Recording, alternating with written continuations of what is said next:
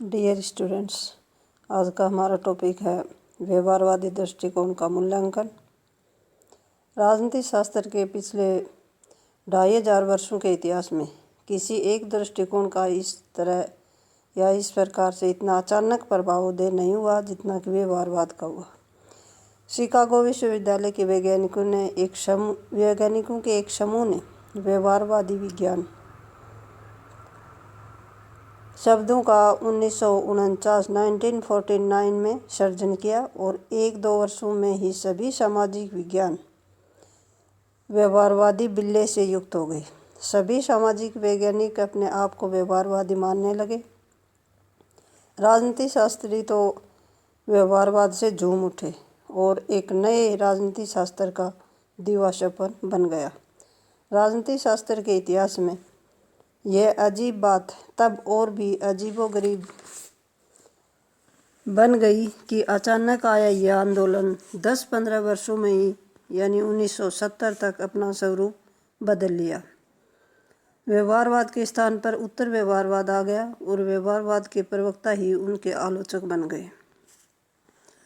व्यवहारवाद के आलोचक परंपरावादी राजनीतिक शास्त्री रहे, लेकिन व्यवहारवादी विचारकों ने इसकी कमियां सामने आने पर उसकी आलोचना करने से हिचकिचाहट नहीं दिखाई।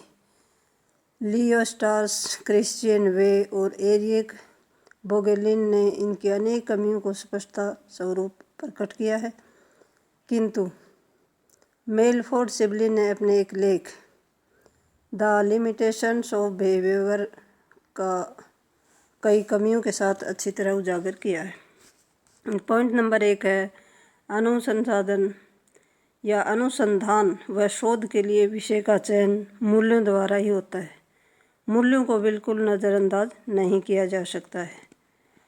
दूसरा पॉइंट है शोधकर्ता जब किसी विषय पर शोध करता है तो अपने शोध को अपने ही मूल्य से अलग नहीं रख सकता है। तीसरा पॉइंट है यह सिद्धांत अस्पष्टता से भरा हुआ है। चौथा है मानव व्यवहार को निश्चित करना बहुत कठिन है। मानव व्यवहार में समय के साथ परिवर्तन होते रहते हैं, जबकि व्यवहारवादी मानव व्यवहार को अपने अध्ययन का केंद्र बिंदु मानते हैं। अगला पॉइंट है व्यवहारवादी सिद्धांत निर्माण के प्रति कोई विशेष योगदान नहीं दे पाए। व्यवहारवादी दृष्टिकोण का मुख्य उद्देश्य वैज्ञानिक विधियों द्वारा शोध करके नए सिद्धांतों का निर्माण करना है, परंतु इस क्षेत्र में व्यवहारवाद ने कोई विशेष योगदान नहीं दिया।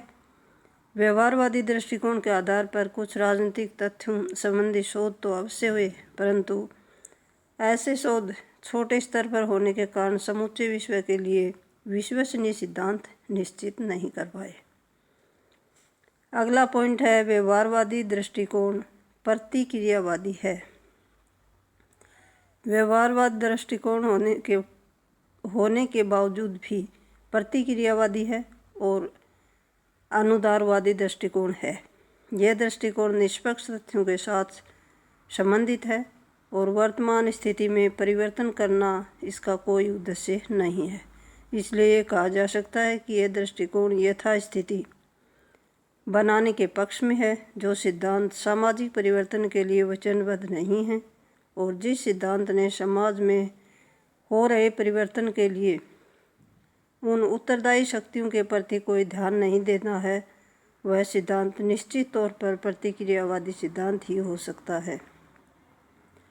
व्यवहारवादी दृष्टिकोण एक विधि के रूप में तो वैज्ञानिक दृष्टिकोण है, परंतु सामाजिक परिवर्तन के साथ संबंधित न होने के कारण यह दृष्टिकोण प्रतिक्रियावादी स्वरूप का दृष्टिकोण माना जाता है। अगला पॉइंट है राजनीति शास्त्र के क्षेत्र को संकीर्ण किया।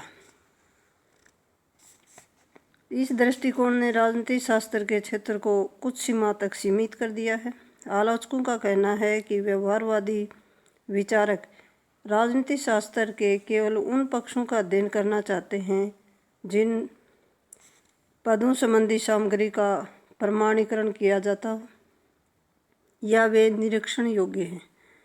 इसका अर्थ ये हुआ कि जिन तथ्यों का निरीक्षण नहीं हो सकता वे राजनीति शास्त्र के क्षेत्र में नहीं आते।